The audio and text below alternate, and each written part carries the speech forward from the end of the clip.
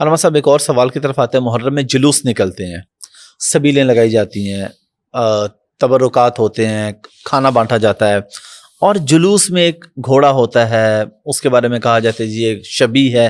اس کی میں چاہ رہا ہوں کہ تھوڑا آپ بتا دیں یہ اصل میں ہے کیا، جلوس کیوں نکالا جاتا ہے، اس کی شرعی حیثیت کیا ہے، اس گھوڑے کی شرعی حیثیت کیا ہوتی ہے، اور جو اس کی وجہ سے جو مسائل ہوتے ہیں ان کے بارے میں آپ تھوڑا وضاحت فرما دیں، لوگوں کو پتہ چل جائے کہ بیسیکلی یہ ہے کیا. اصل جو بنیاد ہے نا وہ تو عزاداری ہے، ٹھیک ہے، جو اہل البیت علیہ السلام نے کی بھی ہے اور کہا بھی ہے کہ کرو، سارے مسلمان کرو یہ عزاداری امام حسین علیہ السلام کی. جتنے بعد میں ائمہ آئے ہیں امام حسین علیہ السلام کی اولاد سے، امام زین العابدین علیہ السلام ہیں، امام محمد باقر علیہ السلام ہیں، امام جعفر صادق علیہ السلام ہیں، اور آخر تک امام مہدی علیہ السلام تک. ان سب نے خود بھی عزاداری کی ہے امام حسین علیہ السلام کی، اور اپنے پیروکاروں کو بھی کہا ہے کہ آپ بھی یہ عزاداری کریں. عزاداری سے مراد یعنی سوگواری، سوگ، ٹھیک ہے، سوگ والی حالت بنائیں، اور سوگ کی مجالس ہوں جس میں امام حسین علیہ السلام کا ذکر ہو، امام حسین علیہ السلام کے اس قربانی کا مقصد بیان کیا جائے، وضاحت کی جائے لوگوں کو کہ یہ کیوں ہوا، یہ کس نے کیا، اس کے علل و اسباب کیا تھے. یہ اصل بنیاد یہ تھی. ٹھیک ہے، یعنی دوسرے لفظوں میں یہ کہوں کہ اس ظلم کے خلاف ایک تحریک تھی جو انہوں نے آغاز کی. عزاداری ایک تحریک ہے ظلم کے خلاف. چونکہ عموماً آپ دیکھیں نا، لوگ ظلم پرست اور ظلم پذیر ہو جاتے ہیں، ظلم کے سامنے خاموش ہو جاتے ہیں. اپنے ملک میں آپ دیکھیں کتنا ظلم سہتے ہیں ہمارے لوگ، ہر طرح کا ظلم سہتے ہیں. مثلا نجی طور پر، علاقائی طور پر کوئی بڑا وڈیرا ان عوام پر ظلم کرتا ہے تو یہ کچھ خاموش ہو جاتے ہیں، خاموش ہو جاتے ہیں، اور ان کے ہاتھوں ذلیل ہوتے ہیں، ان کے ہاتھوں تباہ ہو جاتے ہیں، مار دیتے ہیں. ابھی یہ سندھ میں پیر صاحب نے وہ بچی کے ساتھ جو کچھ کیا، جی بالکل، تو وہ لوگ کوئی احتجاج لوگوں نے نہیں کیا. ہونا تو یہ چاہیے تھا کہ وہ سارا کچھ ختم ہونا چاہیے تھا وہاں سے. لوگ خاموش ہیں.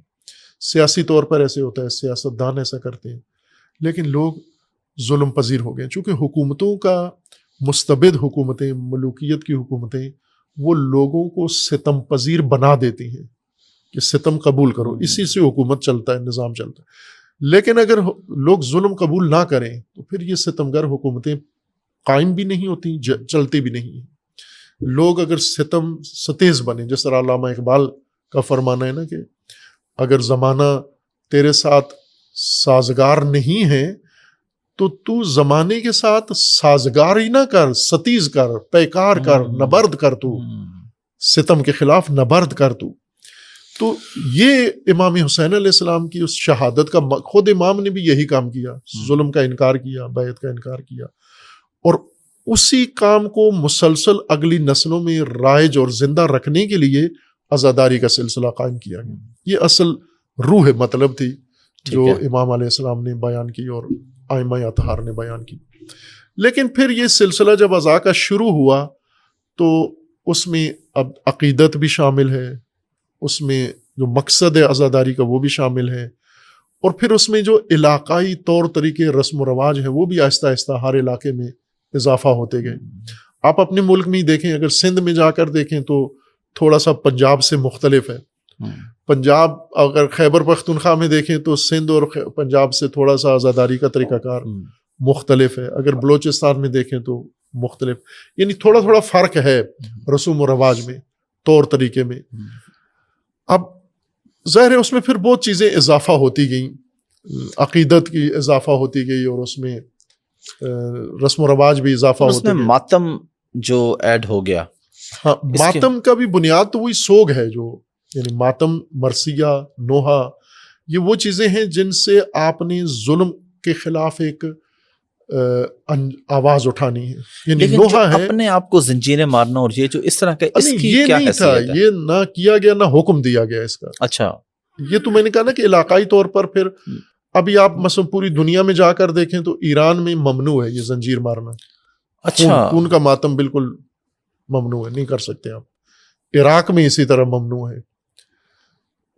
باقی تمام ملکوں کے اندر اور فتاویٰ ہیں، آیت اللہ خامنئی کا فتویٰ بھی ہے کہ یہ نہ کرو یہ کام. آپ یعنی بہت ساری چیزیں ایسی ہیں جو ہمارے علماء خود منع کرتے ہیں کہ یہ. آپ کے علماء اس کو جائز نہیں سمجھتے کہ یہ ٹھیک نہیں، روکتے ہیں اس کو. لیکن ہمارے ملک میں بہت زیادہ ہوتا ہے، کرتے ہیں عوام کرتے ہیں. ظاہر ہے اس کے پیچھے اب علماء کی پیروی تو نہیں ہے ساری، یعنی علماء سے پوچھ کے تو نہیں کرتے یہ. اب جذبات بھی ہیں اس میں، لگاؤ بھی ہے، عقیدت بھی ہے، بہت ساری چیزیں یہ کام کرواتی ہیں. مثلا آپ اگر جا کے دیکھیں داتا صاحب پر تو بہت کچھ کرتے ہیں لوگ. ہاں بالکل کرتے ہیں. اب وہ نہ تو وہ ان کی تعلیم تھی نہ علماء کی تعلیم ہے. وہاں کی مٹی اٹھا کے کھا لیتے ہیں. بالکل کئی جگہ وہ پیر کا تھوک بھی، یہ تو نہ دین کی تعلیم ہے نہ بزرگوں کی پسینے والا ٹیشو جو ہے وہ پیر صاحب کا وہ لے لیتے ہیں، چومتے ہیں اور تبرک کے طور پر. تو یہ تو ایک عقیدت ہے لوگوں کی. عقیدت کے تحت ضروری نہیں کہ سارے کام شریعت کے مطابق ہوں. جو لوگ ایک عقیدت پیدا کر لیتے ہیں نا، احترام میں سجدے کرتے ہیں پیروں کو جا کر یا مزاروں پہ، تو یہ عقیدت کرواتی ہے ان سے. یہ کوئی مذہب نہیں کرواتا یا مذہب کی تعلیمات کے ذریعے نہیں کرتے. بنیادی جو عزاداری کا مقصد تھا وہ یہ تھا کہ ظلم کے خلاف ایک ہمیشہ کے لیے ایک تحریک شروع ہو، اور بڑی کامیابی سے یہ شروع ہوئی. آپ اس کی کوئی اور مثال متبادل آپ کو نہیں ملے گی دنیا میں کہ جہاں ظلم کے مقابلے میں ایک تا قیامت سمجھ لیں ایک موومنٹ ایجاد ہوئی ہو. لیکن بیچ میں پھر سارے گھسائے، تاجر بھی گھسائے، کاروباری بھی گھسائے، فلاں بھی گھسائے، سیاسی لوگ بھی گھسائے، تو انہوں نے اس سے فائدہ اٹھانا شروع کیا. لیکن جو اصل بنیاد ہے عزاداری کی، وہ ظلم کے خلاف ایک مسلسل آواز اٹھانا ہے. اب ڈاکٹر اسرار مرحوم آپ نے سنا ہوگا، ایک کلپ ہے ان کا بڑا مزیدار. عمر کے آخری حصے میں انہوں نے یہ کلپ بیان کیا تھا اور فرمایا کہ میں 2 سال سے ایک موضوع پر بڑا سوچا ہے میں نے، اور وہ یہ ہے کہ اہل سنت پوری دنیا میں اکثریت ہیں، زیادہ تر ہے. انہوں نے کہا شیعہ 5% ہیں، ایسے بھی توڑے ہیں، باقی سب اہل سنت ہیں. حکومتیں بھی ان کی ہیں، پیسہ بھی ہے، افراد بھی ان کے پاس زیادہ ہیں، سب کچھ ہے. لیکن یہ کوئی اہل سنت بنیاد پر اسلامی حکومت نہیں قائم کر سکے، صدیوں سے نہیں کر سکے. مصر میں کوششیں ہوئی، نہیں کر سکے. عرب ملکوں میں نہیں کر سکے، پاکستان میں نہیں کر سکے، کسی جگہ نہیں کر سکے. ایران میں شیعوں نے کر لیا یہ کام. تو یہاں وہ کہتے ہیں کہ میں اس پہ غور کرتا رہا کہ یہ کیوں ہوا. وہ تھوڑے سے ہیں، ایک ہی ملک میں ان کی اکثریت ہے، وہیں انہوں نے انقلاب لا کے اپنی حکومت قائم کر لی. ہم سے نہیں ہو پا رہا یہ کام. تو انہوں نے کہا کہ اس میں نے سوچ کے انہوں نے کہا کہ مجھے پتا ہے کہ شاید آپ لوگ اس سے متفق نہیں ہوں گے میری بات سے، لیکن میں نے یہ کہنا ہے. ان کے دل میں یہ بنی ہوئی تھی ایک چیز. تو انہوں نے کہہ دیا، کہا کہ اس کی وجہ یہ ہے کہ ان کے پاس امام حسین ہے. آپ نے امام حسین کو چھوڑ دیا ہے. سنیوں کو کہا اللہ اگر تم بھی امام حسین کو پکڑتے تو تم بھی یہ کام کر سکتے تھے، چونکہ یہ کام امام حسین کے پیروکار ہی امام حسین ہی کرا سکتے ہیں.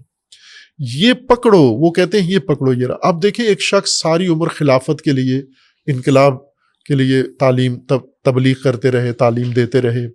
آخر عمر میں اپنی ساری عمر کا ایک نچوڑ نکال کے دے کے گئے کہ آپ کو امام حسین کی طرف آنا ہوگا، وہ ماڈل ہے ہمارے پاس. انہوں نے کہا سنیوں کے پاس ماڈل نہیں ہے. واہ، بہت بہت خوبصورت بات ہے. عزاداری اصل اس ماڈل کو زندہ رکھنا ہے.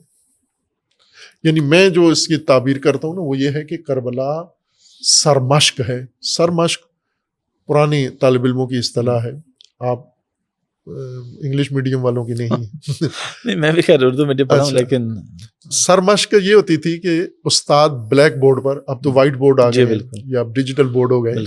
وائٹ بورڈ، بلیک بورڈ پہ استاد چاک سے ایک جملہ لکھتا تھا، کوئی بھی الف بے لکھتا تھا یا آب نان خاک لکھتا تھا، جو بھی لکھتا تھا. پھر کلاس کو کہتا تھا کہ جو میں نے لکھا ہے یہ آپ اپنی کاپیوں پہ، تختیوں پہ لکھیں. ٹھیک ہے.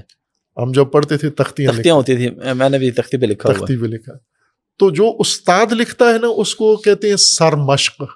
ٹھیک ہے. اور اس کو دیکھ کر جو شاگرد لکھتا ہے اس کو مشق کہتے ہیں.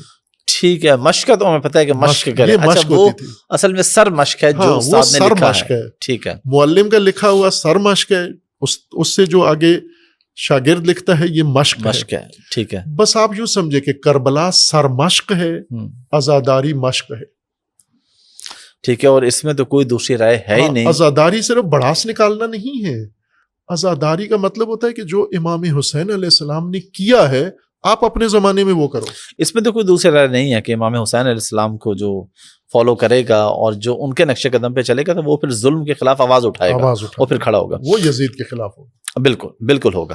علامہ صاحب ابھی اس میں گھوڑے کی بھی بات ہوئی تھی جو شبی کی, یہ اس کی کیا کہانی ہے؟ یہ اس لیے کرتے ہیں کہ ایک منظر کشی کرتے ہیں, یعنی جس طرح پرانے دور کی چیزیں ہوتی ہیں نا تو کچھ محفوظ کر لی جاتی ہیں میوزیم کے اندر, کچھ جو نہیں محفوظ ہوتی تو ان کی شبیہ بنا کے رکھی جاتی ہے.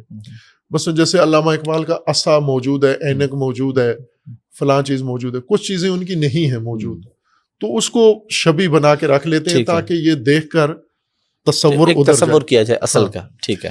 تو یہ ایک آرٹ کا ایک سمجھے پہلو ہے کہ آپ کسی تاریخی چیز کو شبیہ بنائیں اس کی. آپ مثلا میں ایک مثال دیتا ہوں کہ لوگ حج پہ جاتے ہیں, حج میں جا کے جو مناسک انجام دیتے ہیں ان کو پاکستان میں لاہور میں ٹریننگ دی جاتی ہے.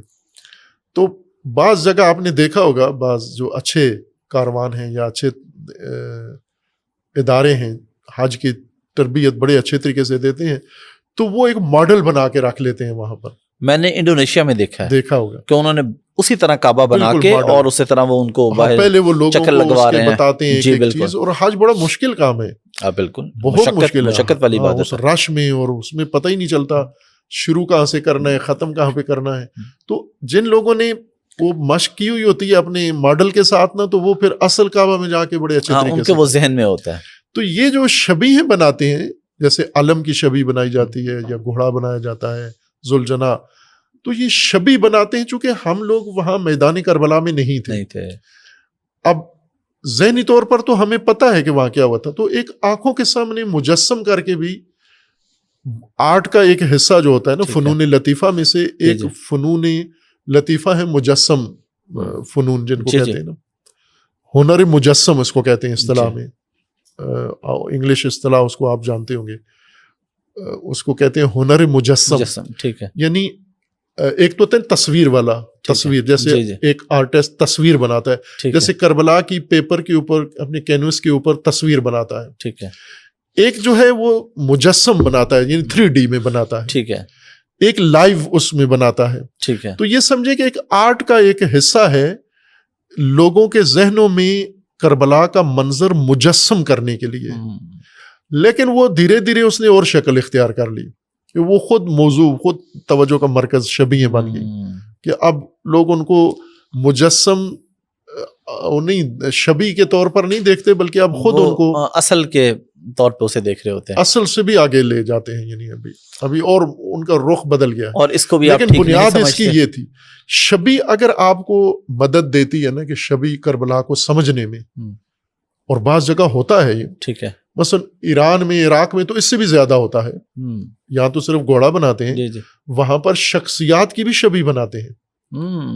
ہاں, باقاعدہ دونوں لشکر کی, یعنی عمر سعد کے لشکر کی بھی شبیہ بناتے ہیں. شمر ہوتا ہے, ایک آدمی ہے اس نے شمر والا لباس پہنا ہوا ہے. ادھر سے بھی افراد ہیں جنہوں نے امام حسین علیہ السلام کے انصار کا لباس پہنا ہوتا ہے. یعنی یہ بھی شبیہ ہیں, اور وہ آپس میں مکالمہ کرتے ہیں, وہ پھر لوگوں کے لیے ایک منظر کشی ہو جاتی ہے. تو یہ منظر کشی کا حصہ ہے یہ, لیکن اس کو شکل دوسری آگے مل گئی ہے. اور جو اس کو زیادہ سمجھتے ہیں تو وہ آپ کے نزدیک ٹھیک ہے یا ٹھیک نہیں ہے؟ سر اس حد سے آگے نہیں جانا چاہیے نا, شبیہ کے حد سے آگے نہیں جانا چاہیے. ٹھیک ہے.